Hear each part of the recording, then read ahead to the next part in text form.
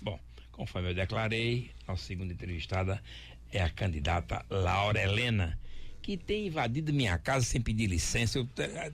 Liga a televisão, tá lá a Laura invadindo minha sala, invadindo. Mas Laura, o que é isso?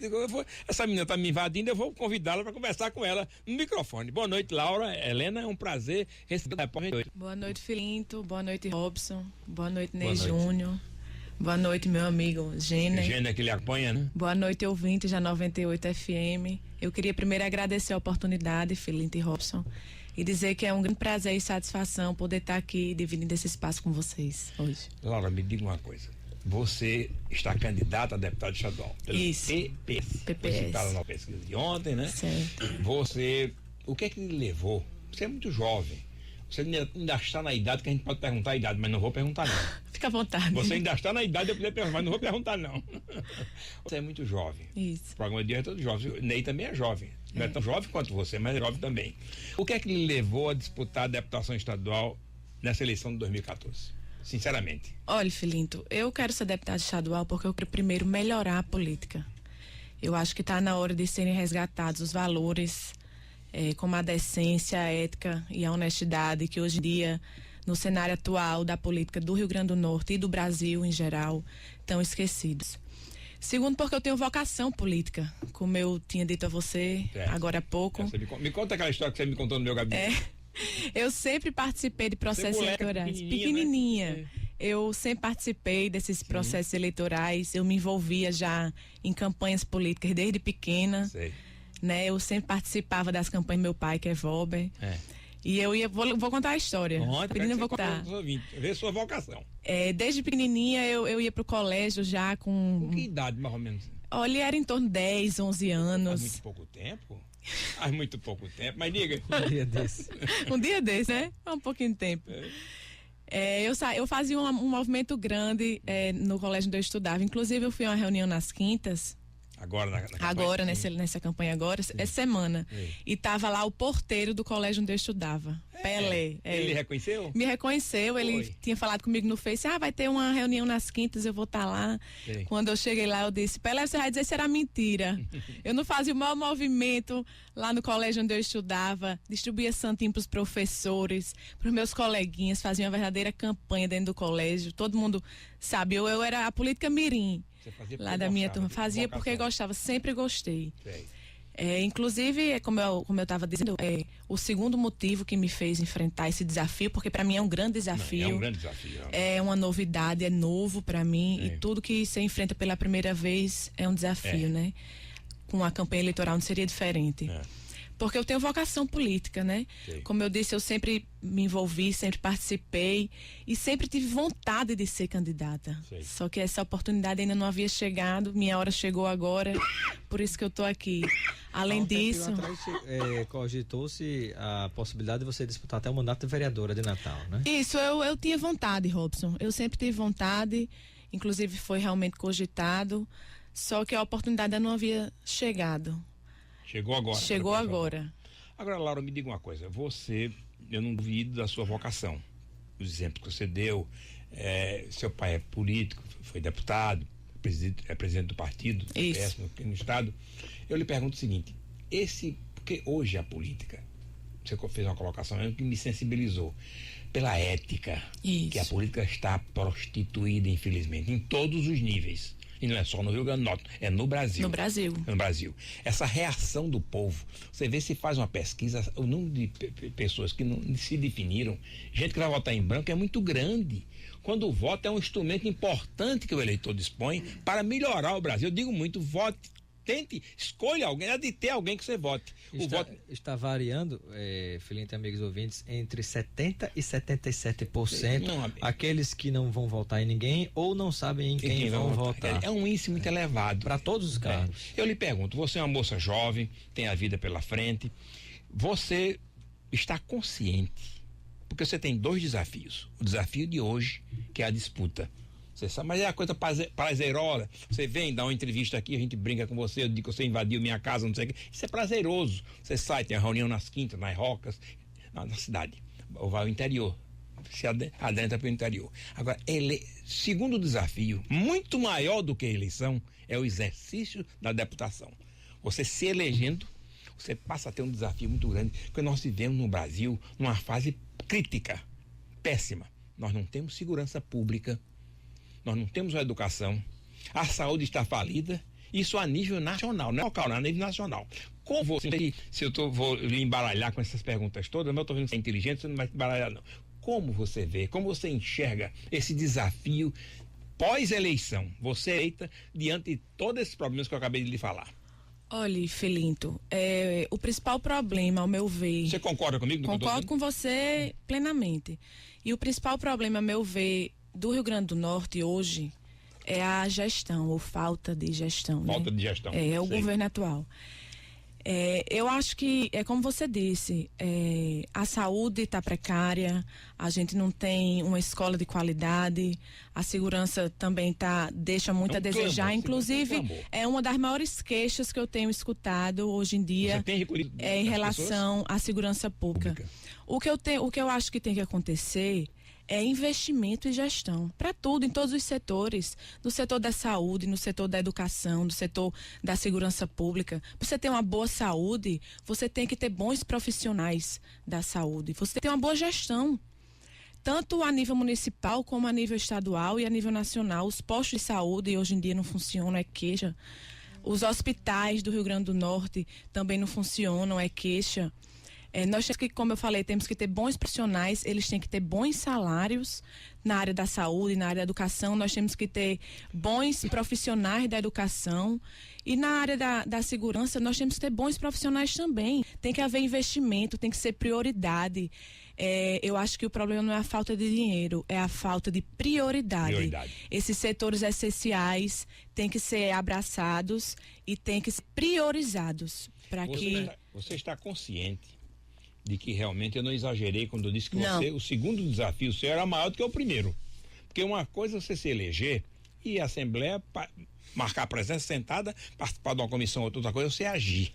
E você, pela idade que tem, pela responsabilidade que você passa a ter pós-eleição, você tem a obrigação de se debruçar diante desses problemas e tentar resolvê-los. Com certeza, Felinto. É por isso que eu estou aqui disputando uma cadeira na Assembleia Legislativa e estou colocando meu nome, minha vida, minha história, minha vontade de mudar, minha sede de mudança, o sangue novo à disposição da população, do povo do estado do Rio Grande do Norte, para que nós possamos juntos, governo e sociedade, encontrarmos os caminhos para poder resgatar o nosso estado dessa situação caótica que ele se encontra atualmente. Eu pergunto a Laura Helena, que é candidata a deputada estadual pelo PPS, o que você faria de diferente dos atuais deputados estaduais, caso fosse eleita deputada? Olha, Robson, eu acho que o essencial é que o nosso mandato seja transparente. Transparência em tudo, absolutamente tudo. Transparência. Por exemplo, para mim, ao meu ver, não deveria existir segredo de justiça em processos políticos, que alguns têm, nós sabemos que existe. Tirando casos de família, porque envolve mulher, envolve filho, envolve criança, eu acho que... Assuntos pessoais. O que é público deveria ser público e transparente. Qualquer pessoa deveria ter acesso. Eu acho que o caminho é esse. No meu mandato, por exemplo, como eu disse, eu quero resgatar esses valores. São valores sociais, que na política eles estão esquecidos. Mas no meu mandato, eu sou jovem, eu sou mulher. Eu vou abraçar a causa dos jovens e eu vou defender o meu gênero. Eu acho que precisa de investimento no esporte, na cultura, no lazer e principalmente na educação, para que a gente possa resgatar os jovens, tirar eles da marginalidade e não deixar que nós percamos tantos jovens para as drogas, como acontece atualmente, porque eles sim são o futuro do nosso país, nós somos o futuro do nosso país. E a mulher, no meu mandato, eu quero abraçar essa causa também, defender o meu gênero, principalmente por causa da desigualdade social que ainda existe entre homem e mulher. Tratamento desigual, né? Tratamento desigual, salários desiguais. Hoje em dia, em pleno século XXI, é uma realidade, mas é inaceitável, né? Isso precisa mudar. Hoje em dia, as mulheres exercem a mesma função que os homens, às vezes até melhor, muitas vezes até melhor, uma remuneração inferior, inclusive tem dupla jornada de trabalho, passa o dia inteiro trabalhando, chega em casa, ainda trabalha de novo, porque tem criança para tem uma casa para arrumar, tem comida para fazer, tem casa para limpar, tem roupa para lavar, e vai dormir muitas vezes tarde, no outro dia acorda cedo de novo, vai trabalhar, e o salário ainda não é equivalente ao que o homem recebe. Por que isso, né? É uma desigualdade. É uma desigualdade. Tem a questão da violência contra a mulher também. Índices altíssimos de violência contra a mulher, que muitas vezes começa dentro de casa. Mais da maioria. Isso é foco de preocupação sua como deputada. Foco de preocupação e de prioridade. Eleita, eu vou abraçar essas duas causas, vão ser as grandes bandeiras do meu mandato. Laura, me diga uma coisa. Você tem mantido contatos, você me disse lá no meu gabinete que tem mantido contato, feito reuniões na periferia de Natal, no subúrbio de Natal, pelo centro da cidade. Eu lhe pergunto, esses contatos têm sido válidos para que você possa mensurar, possa dimensionar a expectativa e a frustração dos eleitores com relação à política e os políticos? Com certeza, Filinto. Todas as minhas reuniões, todos os meus encontros são participativos. Participativos? Todos. Perfeito. Eu vou na casa das pessoas, eu me reúno na rua, seja na casa delas, aonde for, nós juntamos ali um grupinho de pessoas, eu converso, eu exponho minhas ideias. Você escuta elas também? Escuta? Primeiro eu falo, né? Eu chego, me apresento, né? falo, conto a minha história, conto essa história que eu falei aqui do colégio, que eu sempre gostei, que eu sempre participei, que eu sempre me envolvi. Qual foi a escola? SEI. No SEI. Centro de Educação Integrada. E depois eu abro a palavra para que eles falem comigo e fica um bate-papo, se torna um bate-papo. Eles perguntam, eu respondo, nós trocamos ideias. Minhas reuniões são sempre participativas e eu acho que assim é onde nós colhemos mais frutos e que o resultado sai da melhor maneira. Sem dúvida. Como é que você tem sentido o comportamento do eleitor nessas eleições de 2014, no seu contato com eles? É claro que você muitas vezes chega em ambientes que você já tem, de um certo modo, o voto conquistado. Mas quando você chega em lugares onde não seja necessariamente o seu grupo, os eleitores em geral, o que é que você tem sentido deles de uma maneira geral em relação à política, às eleições? Olha, Robson, de uma maneira geral, o sentimento deles é de revolta. Revolta? Eles estão naturalmente, não teria como ser diferente. Não, é normal, né? É normal. É de revolta, é de indignação, é de insatisfação. Por mais que eu seja uma candidata jovem, sou nova e de certa forma isso é bom, né? Porque eu não sou uma política viciada como a gente vê por aí. Mas eles estão bem descrentes, a palavra é essa, eles estão descrentes com a política, mas nós fazemos um trabalho até de conscientização da importância do voto, como você falou, né? Sim. Não é só um dever que a gente tem de votar, é o nosso direito. E nós temos que exercer esse direito de maneira correta e pensada, né? Para que a gente não pague por mais 4 anos. Exatamente. Eu digo muito, Laura, sem ser candidato, e sugiro que você diga, faça chegar às pessoas com quem você conversa, que o grande instrumento de ação contra a corrupção, contra a omissão das coisas, é o voto.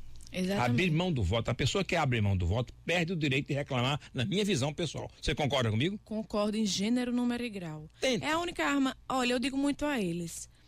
Quem colocou os políticos lá fomos nós. Lógico. Através dos nossos votos. A gente colocou lá votando, nós temos que tirar do mesmo jeito, porque, olha, eu digo muito a eles, a eleição terá resultado independente da nossa vontade. A gente querendo ou não querendo, no dia 5 de outubro... Vai acontecer. Vai eleger os deputados estaduais, pessoas serão eleitas. Os deputados federais, uma senadora, um governador e um presidente da República, uma presidente da República. Isso vai acontecer independente da nossa vontade, terá resultado, né? A gente votando ou não votando. E qual é a sua posição para a presidência da República? Olha, Robson, como você sabe que eu estava conversando até com o Filinto aqui anteriormente, eu tive aqui com o Eduardo Campos. Ela acompanha o Eduardo, veio aqui na nossa entrevista. Ele era o meu presidente, o presidente do meu partido, só que perdemos, né, de forma trágica, e nós perdemos, a família perdeu, o Brasil perdeu. O Brasil perdeu. E agora nós estamos com Marina, a candidata do PSB, o PPS, que é o meu partido, é coligado nacionalmente com o PSB. Eles tomaram essa decisão e nós acompanhamos e apoiamos. O presidente nacional é Roberto Freire. Do PPS. Do PPS, exatamente, Roberto Freire. Roberto Freire. Que fez essa coligação nacional. Laura, me diga uma coisa, a morte de Eduardo Campos foi uma coisa assim, sem explicação, sem lógica. Foi triste, foi muito triste. Como eu estava dizendo a você, eu conheci Eduardo naquele dia, ele esteve aqui em Natal. Da entrevista. Você participou aqui? Participei, vim pra cá, tava contando aqui os mínimos detalhes. Foi casa cheia, né? Casa cheia, o estúdio aqui tava lotado e realmente foi uma perda irreparável, foi muito triste. Como a gente estava conversando antes, foi como se eu estivesse perdendo alguém da minha família. No dia eu fiquei bastante abalada. Inclusive, foi esse, exatamente o sentimento foi esse, eu acho que não só meu, né? Eu conversei com outras pessoas e era unânime. Do povo brasileiro. Ficou todo mundo muito abatido, inclusive como eu estava lhe dizendo, Filinto, eu desmarquei minha agenda no dia que eu fiquei tão abatida que não tinha clima, né? Só que teve uma reunião que eu não consegui desmarcar, eu fui cumprir.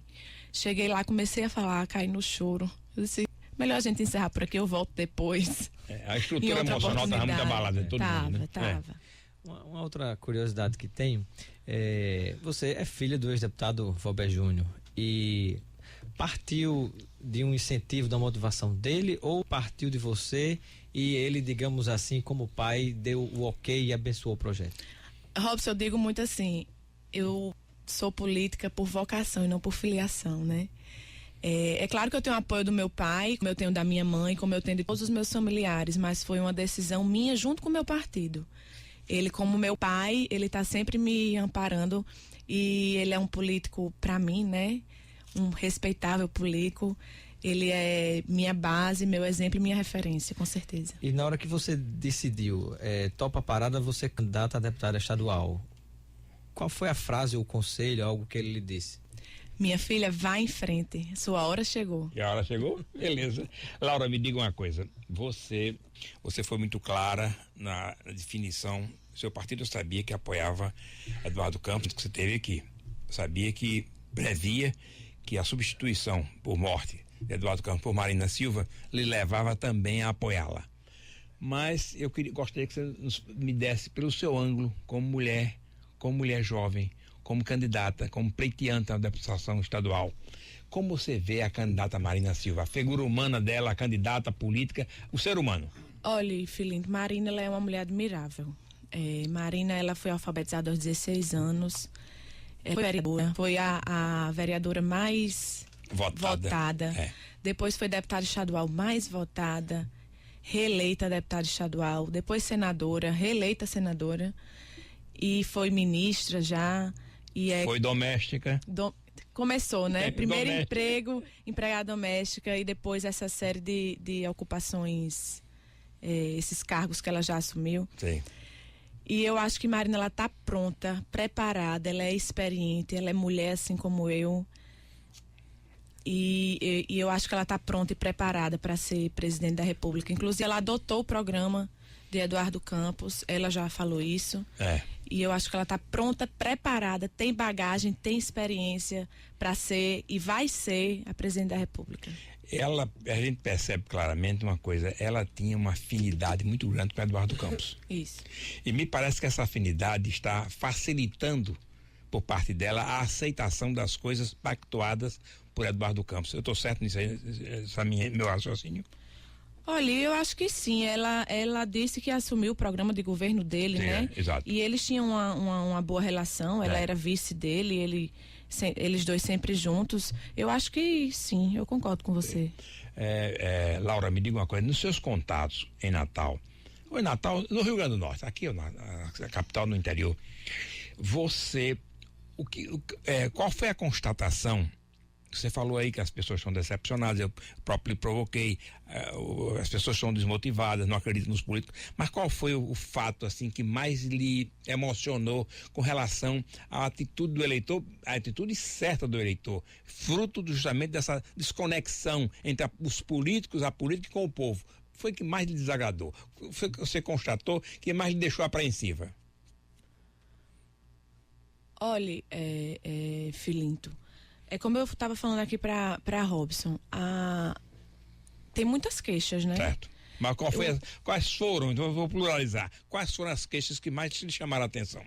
É justamente aos 3 setores essenciais. Aqueles que eu citei? A saúde, a educação e a segurança pública. Sei. São as queixas mais frequentes. Sim. E a ausência dos políticos que só aparecem no período eleitoral? Isso é registrado também? É registrado também.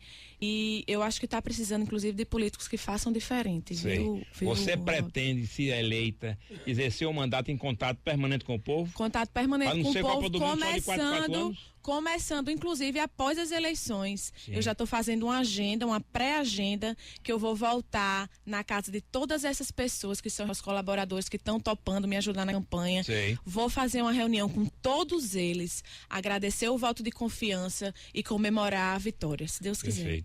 É um compromisso que eu já assumi com eles e é a primeira providência que eu vou tomar pós-eleição. Candidata Laura Helena, quais são suas demais parcerias para deputado federal, para governador e senador? Para deputado federal, nós temos um candidato a deputado federal em Mossoró, que é o Elton Barreto. Do PPS? Do PPS. Ele é o candidato do meu partido, do PPS. Para o Senado e o governo, meu voto é casado, viu, Robson Felipe?